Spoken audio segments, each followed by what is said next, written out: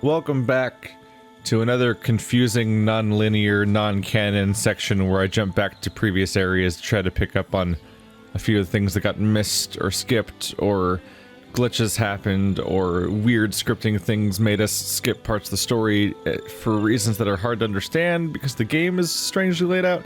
So last time we did one of these, I defeated Bishop Alexander and Gareth survived. But there's supposed to be more going on with, like, the Sallow man, some character that is presumably kind of important or something, but instead we just never met him in our playthrough, because this game has the strangest choices, including just the basic idea that it put a hole in the ground that lets you skip this whole act, basically, and with no warning, as if no players are, like, as if they're just going to ignore the fact that players generally explore in these games. And they're gonna make a hole that makes you skip most of the story without telling you. What the fuck? Why?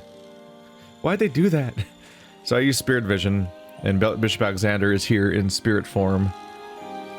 The spirit of Alexander looks bitterly dejected. He turns to you. My journey has ended, but the world still needs a divine. Tell me, have you learned how to enter the council yet? Admit that you haven't, and ask for his help. Not so hasty. I have to know your intentions before I help you. What do you mean to do with the power of divinity if you succeed? Oh, a dialogue thing where I need to, like, convince him. Uh-oh. Let's see. You can say you'll do as you please. Or you can say you'll do the right thing. You'll save the world.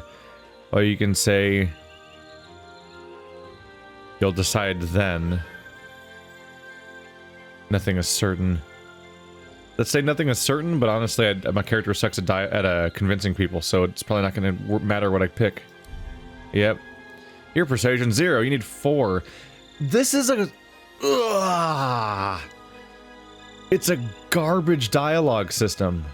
It's awful. It's so bad. It's like... Ever since they pulled back the veil and told us how it actually works by showing us these results, I'm like, what the fuck? Because it means that unless, like, in every other RPG that has decent dialogue systems that where your stats affect dialogue in some way, it'll be like, here's my stats here's my dialogue options because I am a survivalist, and here's my dialogue options because I'm mechanically minded, and here's my dialogue options because I'm a suave, smooth talker, and stuff like that. And so, you would think the persuasion stat would make you good at being like the smooth talker type, but that other stats would still affect other things, which is heavily implied by the fact that these stats all say intelligence and strength and constitution and stuff like that next to them. But no matter what your stats are in those things, you still need persuasion as a stat.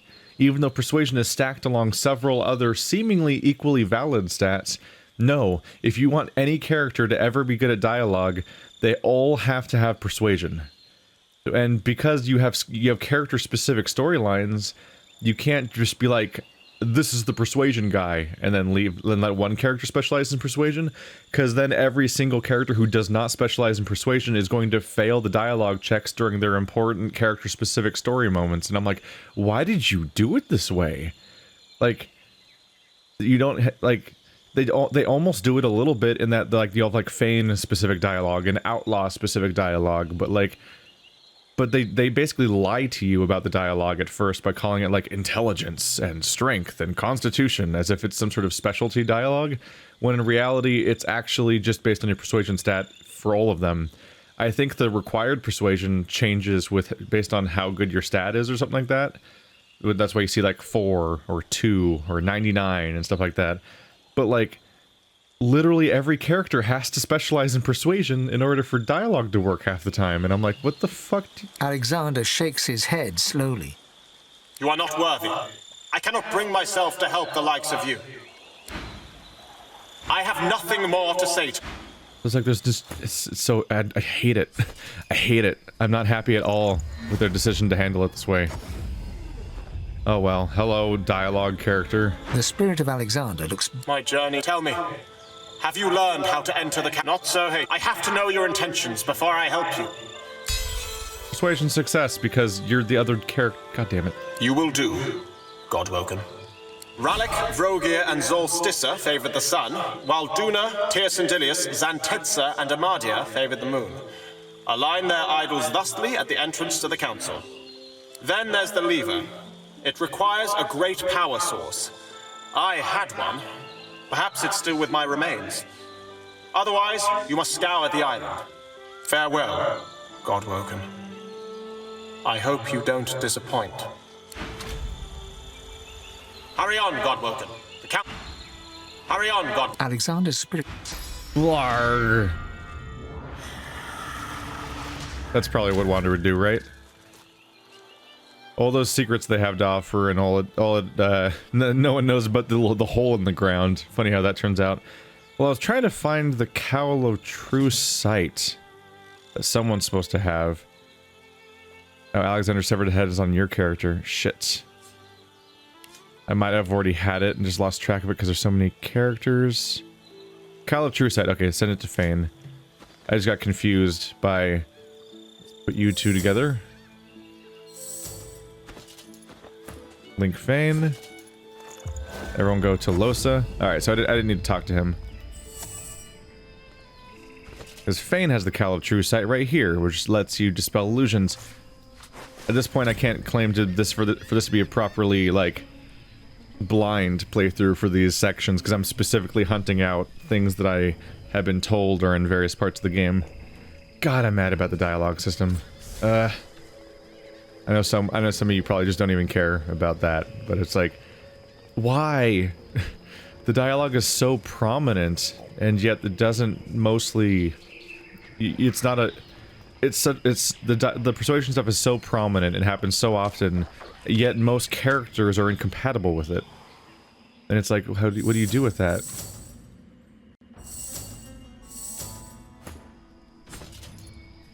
I do like that you can link them all together like that. There you go.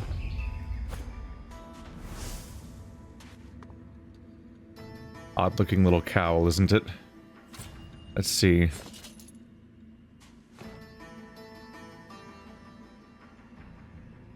The decrepit altar, the penny bun mushroom. I think we were in this room before. Cave with a bare altar. Strange.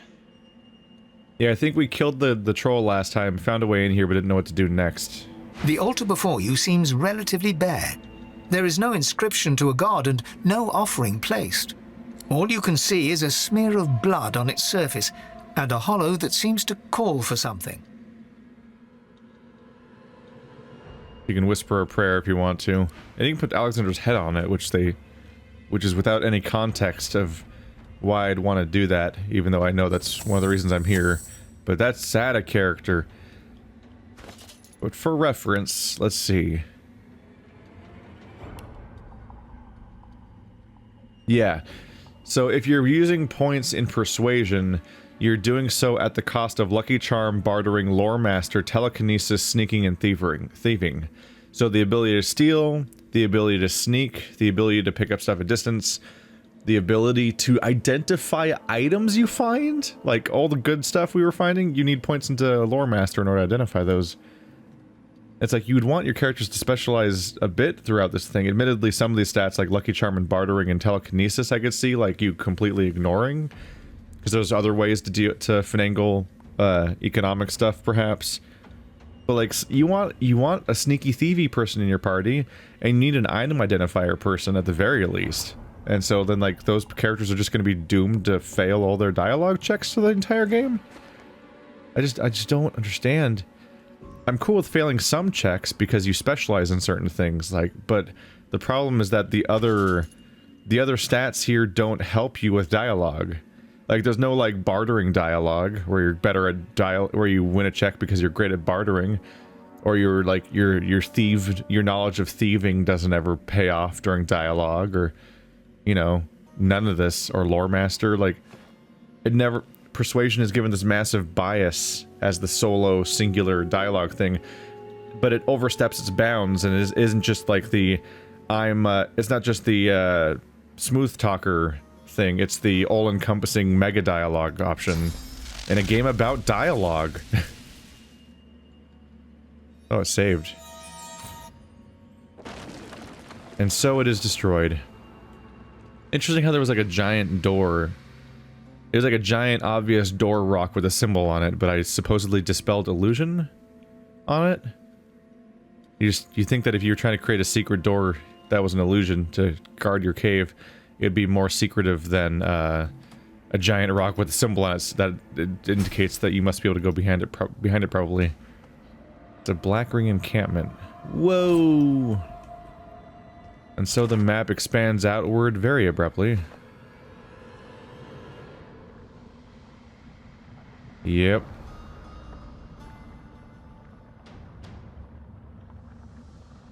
Rather important and significant. Put these guys together just so they can all follow me more easily when it's time to control them. So we find ourselves looking at what seems to be the origin point of all these mirrors. The Sallow man.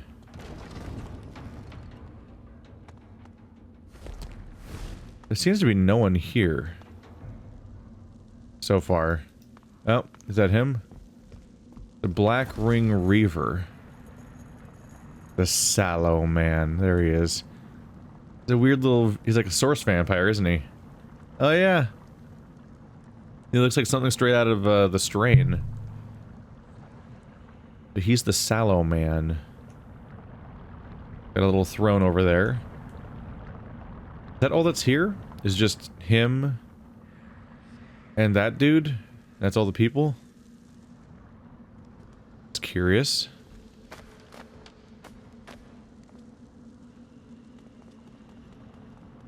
Oh, third person. Somewhere. Somewhere?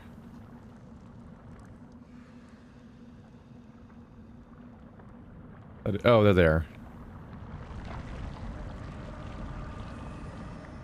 So there's two dudes and the main dude. I'm wondering if he'll talk to you when he sees you.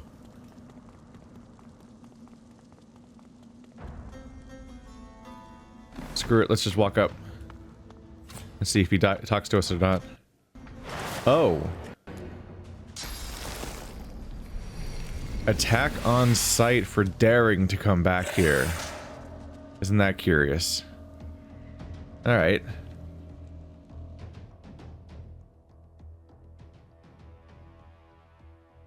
So my understanding is that apparently the Sallow man, if you encounter him, in some context, is supposed to send you on a mission to kill Alexander. I'm a bit curious about that. Let's send the head back to Red Prince. There we go. Let's have him put the head on the altar and see what impact that has. The altar before you, all you can see is a smear of blood on its surface, and a hollow that seems to call for something. Never mind. Let's have Sebul teleports to Fane. The idea just being to preserve the ability to get back here quickly. We could also put the pyramid on the floor. The downside of having everyone have a pyramid in a 4-person party is just the idea that, like, or maybe it's not even just that setup, it's just the way that we treated them this time around. I was... Oh wait, no, now I know what to call it. The downside of having all of these abilities where you can just do a jump to go somewhere, like Phoenix Dive and the other variations of the self-teleporting skills, is I miss our Divinity Original Sin 1 stuff we did where we would do pyramid tricks. Where we would throw a pyramid up on a ledge, then teleport to it, and we were doing all these things where Wander and I would be using our pyramids as a platforming mechanic, and that was fun. And we never did that in this game. And it's because immediately everyone in the party, besides me, because I just didn't really, had, like, the ability to just teleport, which broke, like, every puzzle the game made, and I'm like, I don't understand how this game didn't design its puzzles around that mechanic if it was going to put them in there, but also I just missed playing with the pyramids, which just became a catch up with your party button. The altar before you, all you can see is a smear of blood on its surface, and a hollow that seems to call for something. You feel an invisible hand grab you by the throat. Cold, unseen lips brush your ear. You can't make out any words, but you understand what you're hearing. Whispered tears, screams in the dark. Blood, pain, blood, blood. The hand releases you, and you stagger back, gasping. The altar watches you silently. It's waiting. I'm curious. The dialogue about Alexander went away. The altar before you seems all you can see is a... Is it because I walked in? Oh wait, I forgot to give it back.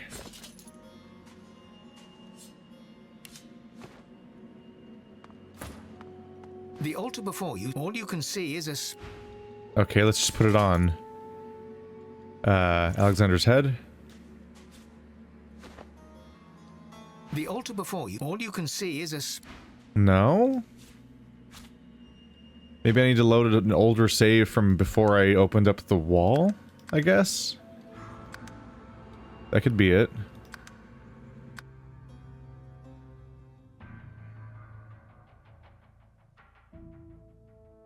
The dialogue option was there. I think it just went away because I snuck in behind. Maybe the idea is that he tells you to kill certain people, but the moment you dispel it, that dialogue goes away. All you can see... Unfortunately, that save point was me dispelling it. Shit. There we go.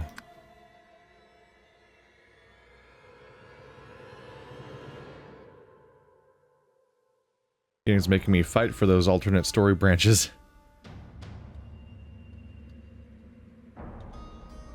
Anyway. An empty cave with a bare altar. The altar before you, all you can see is a smear of blood on its surface, and a hollow that seems to call for something. So we can drop Alexander's severed head on the bloody hollow. You feel a sense of relief wash over you, of hunger satiated. For now. As you watch, the rock wall behind the altar starts to bleed, to dissolve, to evaporate into nothing. After a few moments, it is gone entirely. There we go. I think maybe we were supposed to meet the Sallow man in a previous chapter or something, and he was supposed to send me on this mission to kill Alexander. But we just somehow, I don't know. I guess we missed it. If it was in chapter 2, then I can see why, because that was a massive area where that full of incredibly missable stuff in every direction. So are we attack on sight, or are we gonna have a fun conversation now, or what? Why did I even do that then, if you're just gonna attack me? That wasn't very nice. That wasn't very nice at all. Is it because I'm an undead?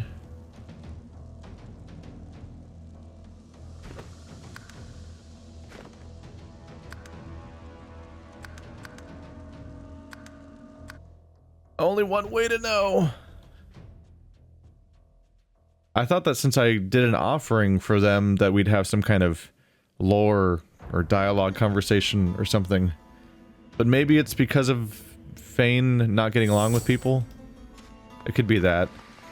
Whoa, look at them. They book it. So when they're NPCs and they're supposed to catch up with you from far away, they just book it mega speed, the same way that just like when NPCs are like trying to escape the screen when they finish talking to you and they're gonna leave now. Like they your own companions like go sprinting. Okay, so let's go into stealth.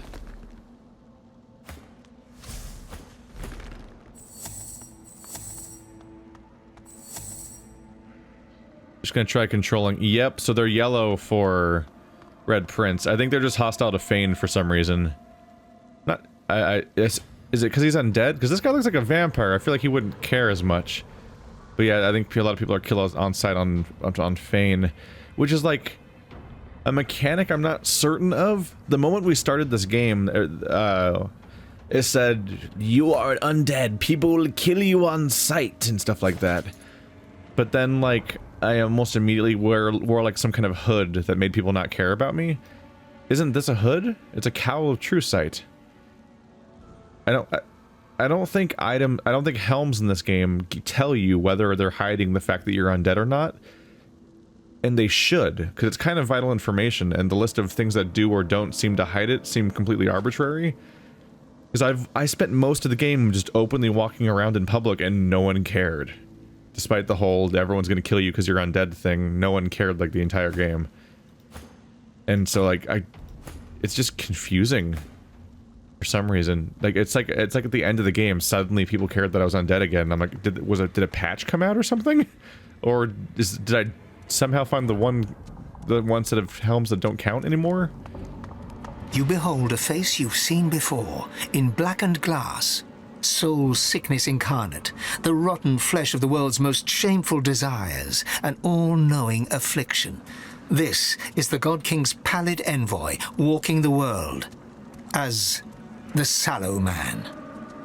You feel him in your head, scrabbling for purchase amongst your thoughts, looking for a way in, his madness and his anger and his hate banging on the door of your mind.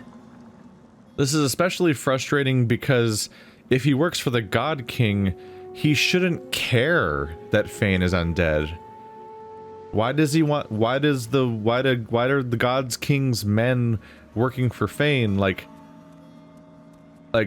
you can side with the God King as Fane.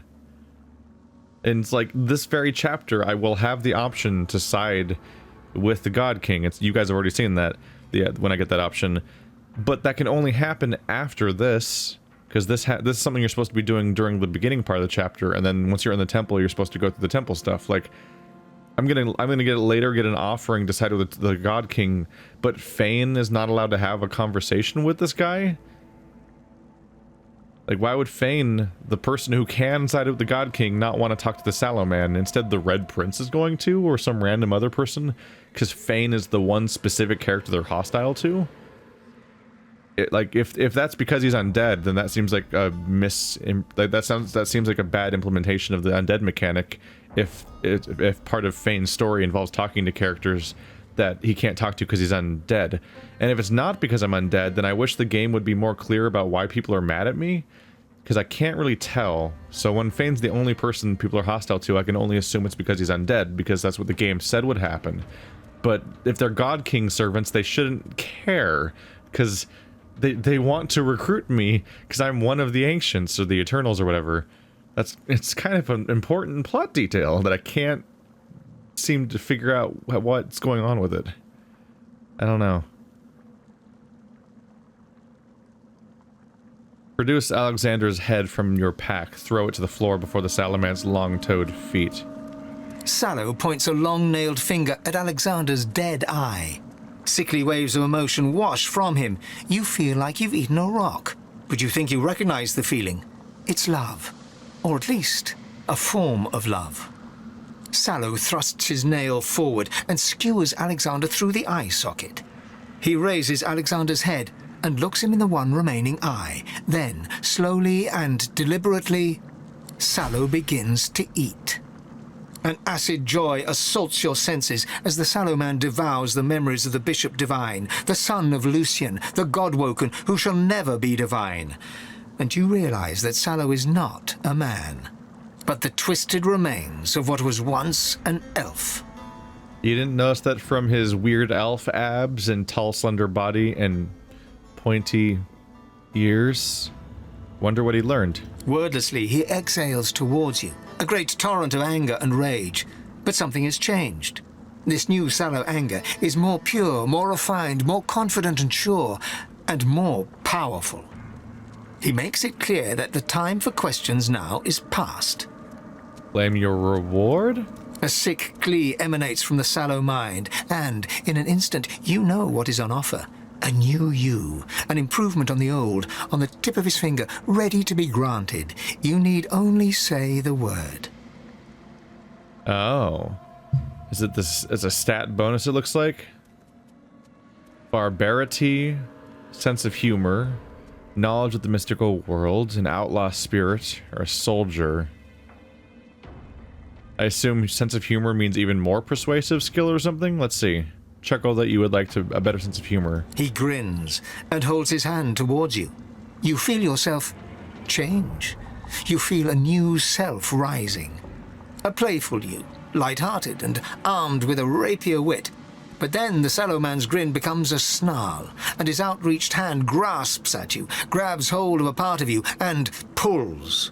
And with a rending, tearing sound that fills the whole wide world, all your knowledge, all your years of study, as much a part of you as was your scholar's heart, is torn away, and you are left bereft.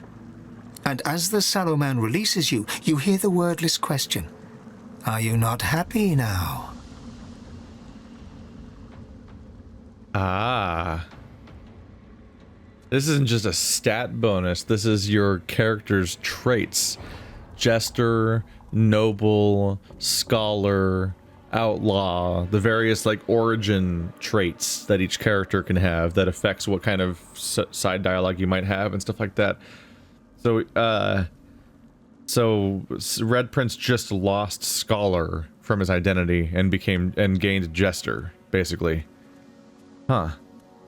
Interesting idea. It's a bit late in the game just to make such an odd change to your character, though. I'm not sure what moments it would impact, necessarily. Though I'm only thinking about dialogue choices, though. I don't remember if Scholar and stuff like that still also affected stats or something. Feel a song burbling in your throat, a witty ditty that delights you. Sallow laughs inside your head. He stares into your brand new soul and shows his hand. He lets you know that he has something that you seek, something important. Sallow gives you a long look. The tendrils of his mind snap about yours, but they do not probe. With difficulty, he summons the power of his speech. Are you sworn? Tell him you don't know what that means. Swear to the God King, and I give you the key to the Academy, the key to the mountain. Tell him you'll take the key right now if it's all the same to him. He snarls, and the tendrils about your mind snap to you. You understand in a moment that you should be grateful that he doesn't take you now and torture you until you beg for death. He will only help a God-woken who swears to the God King. But for that person, he offers the keys to the Council of Seven. He leans towards you. Swear you. Ask how you may be sworn. Sallow man smiles inside your head. A vision of an altar appears. He raises a long-nailed finger and points you back the way you came. For that, you must be dead. God woken. His cruel, scraping, booming laughter echoes away inside your mind. You realize that he's laughing at your imminent death. Oh my god. So is he... Wait, I gotta see this. Oh fuck, he didn't... Oh, he does no damage. Alright, so first of all... Get everyone far away. I don't want to join the fight. I want to see what happens here. If Red Prince dies during this fight, is he going to then get turned into an undead for the rest of the playthrough? We didn't see this before. The only person that's sworn in the party was Fane, because he already was undead, and actually he is apparently Fane is the character that Original Sin is named after, as far as I can tell. These two separate games, each combined to like 100 hours of gameplay or whatever, and they seem to be called Original Sin based on the behavior of what Fane did, which is an interesting thing to talk about. Here, I'll just walk up to you for you. Come hit me. I don't know his skills that well, so I don't know the best way to suicide him quickly. So I'm just gonna let them all attack me. Then maybe intentionally do attacks of opportunities here and there. I want to see if he gets perma-killed. Is it gonna happen? Oh, he gets back up. Right. He's decaying, though?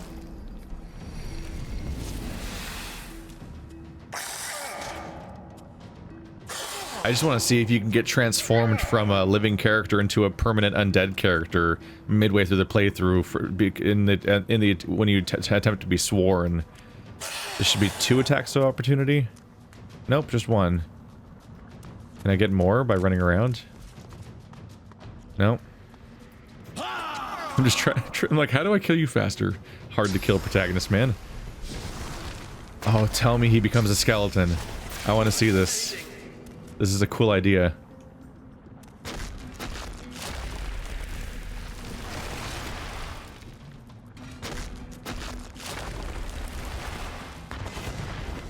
Is he dead now?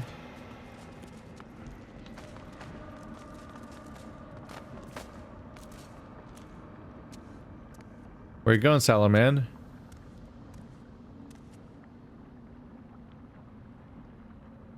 Really?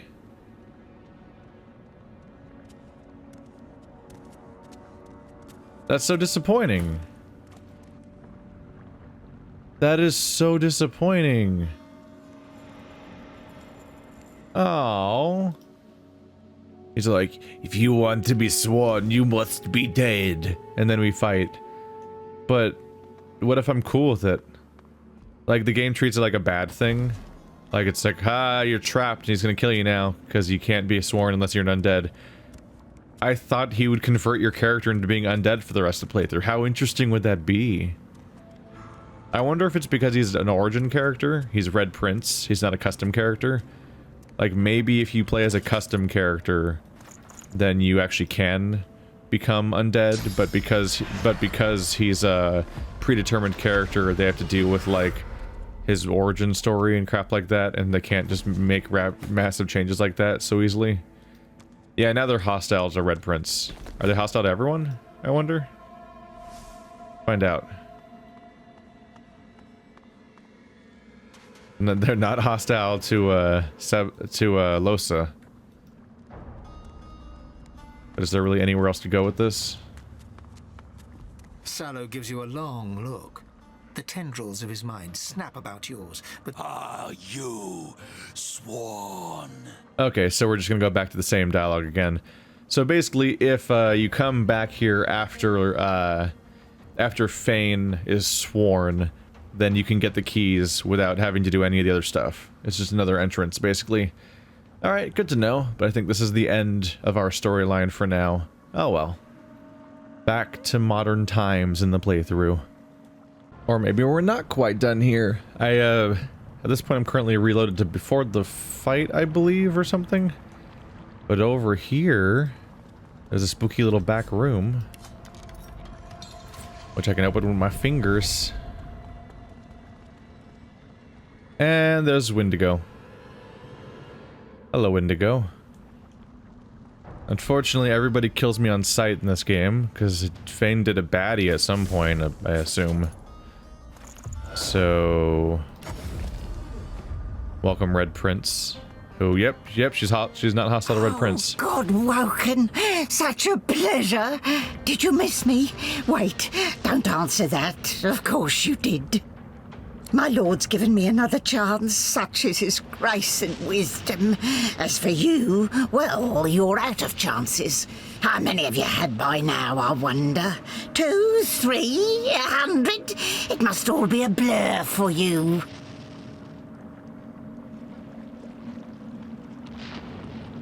Ask how it is she's still alive. Life after death is the privilege of the favoured, darling. And to gain his favour, all he asks is but one gift. She peers at you through narrow eyes. Her next words do not pass her lips, yet pierce your ears as if she'd spoken them. Your head. Oh, okay. Well, I guess that's that. How hard could she be? Let's see here. Let's go ahead and just fight her. Sup?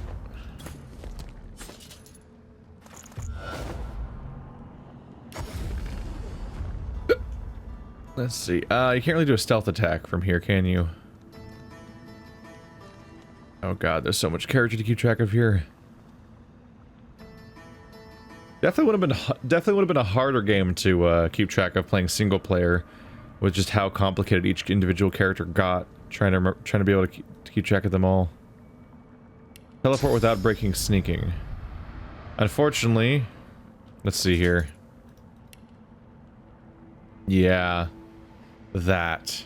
Hey, let's see how the cone changes. Sneaking. Boop. Look, it got slightly narrower. Yeah, paradoxically, Sebille decided to start specializing in being a rogue with sneak attacks and stuff like that midway through the playthrough, but then never got... I guess I can just walk around here. This cliff didn't look passable to me. She paradoxically never got any points into sneaking, which is weird. It's like, isn't that the point of doing that? Just seems like it'd be the point. I don't know. Call me crazy. Anyway, what's a really good backstab attack? I actually don't know. There's the Rupture Tendies. She has physical and non-physical armor, though.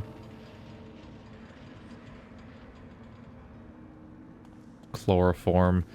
There's lots of options here. Maybe just backlash. His damage net numbers seem so low for what I'm trying to do here. Fan of Knives is a whole bunch of attacks in a direction, right? Oh yeah, that almost took out all of her physical armor. Fire Whip. Nope. Lasers. That'll target them right there. And that... When does it start hitting Lohse? Or Sebille?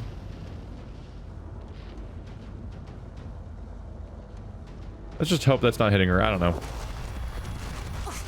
There it goes.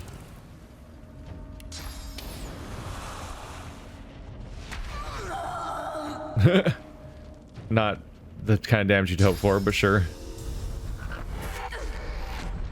That wasn't very nice. Somebody wants to do an AoE. Oh. Oh, no. I was literally just switching to Feign to start summoning a fire elemental, and an AoE hit everybody. I should have done that after the laser. After the first laser. Whoops. Anyway. Get a bit closer. This'll feel great. It's always a fun one.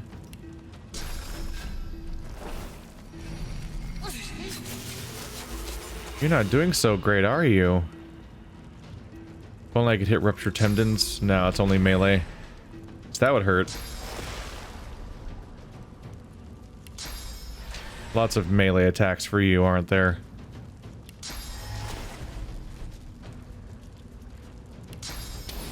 I can jump all the way over there. Hello, friend. I'm your best buddy. And then from here I can go invisible, and that's about it. Oh wait, no. Flesh sacrifice.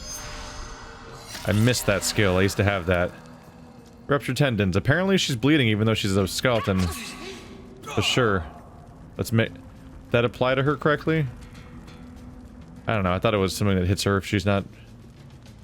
Did I have to be behind her? I don't know. It's fine.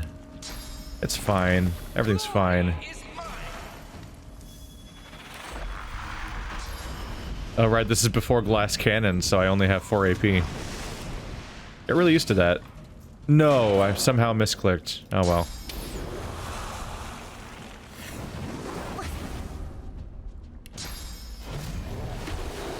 Oh, now she's knocked down. How's it going, Wendigo? I always forget all the skills Wanderbot has.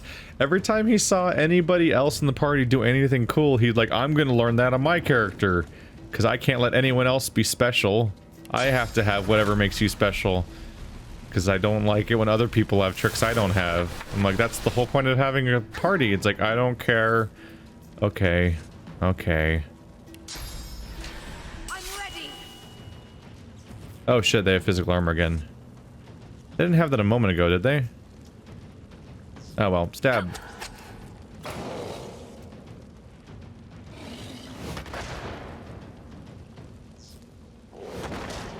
Just gonna slowly beat them to death. Beat them to death. There you go. And so we kill Wendigo again. And again. And again. She dies a lot. It really does. Now my summon's here. how many dudes I got. Oh, might as well check out this back corner. I fought Wendigo for it. Again. Which, judging from what we saw in chapter... Oops. I've spotted a trap. I'm pretty sure she's just gonna show up again anyway. Regardless. There's a few characters in this game that weirdly seem unkillable. Like, crap, I'm blanking on the name right now, but the Sahala? The elf lady. She seems immortal, basically. Keep wondering what's going on there. Haft of the Sworn Breaker, there it is. Yeah, we'll be looking for that later. Is Bale's missive? Lucky find.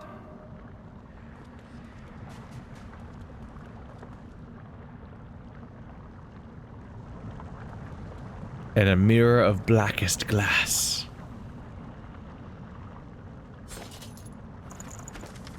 S. There's no reason to doubt the Peacemaker's crew, or Lohar's loyalty. The shipment to Arx is in no danger, and I think you will find 36 barrels of death fog to be more than sufficient for our needs. Queen Justinia has yet to question our actions. She has proven an unknowing and successful puppet for our master. Aft of the Sworn Breaker. That's important. That's pretty important to just find here. How close am I to being able to make that? I always forget how to get to my crafting menu. There we go. The Sworn Breaker. Alright, so there's the haft. We still need the blade. So that's what the haft was, apparently. To this day, I'm not entirely sure if Wonderbot found it or if he, like, cheated into the game. But at some point in our game, we have the Sworn Breaker. And I'm like, how did we get this? I've been waiting all game to get this, and I don't know where we got the rest of it. It's like a rune. It's not really important to get a rune, necessarily. Let's finish this up by looking at the mirror. The unwholesome murk clears, to reveal more unwholesome murk, as if the mirror is lying forgotten at the bottom of a well. Oh well, I think this is about it for the Sallow Man's lair. But hey, more secret stuff that we never found the first time around. There's so much of it. This game has so much to it. Oh, letter from Wendigo. There's so much crap here I didn't notice that was... There's a few of these that are notes.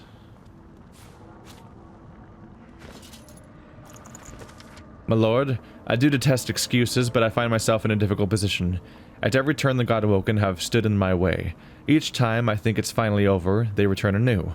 As much as you must doubt me, I have begun to doubt even myself. Please, do not give up on me, not yet.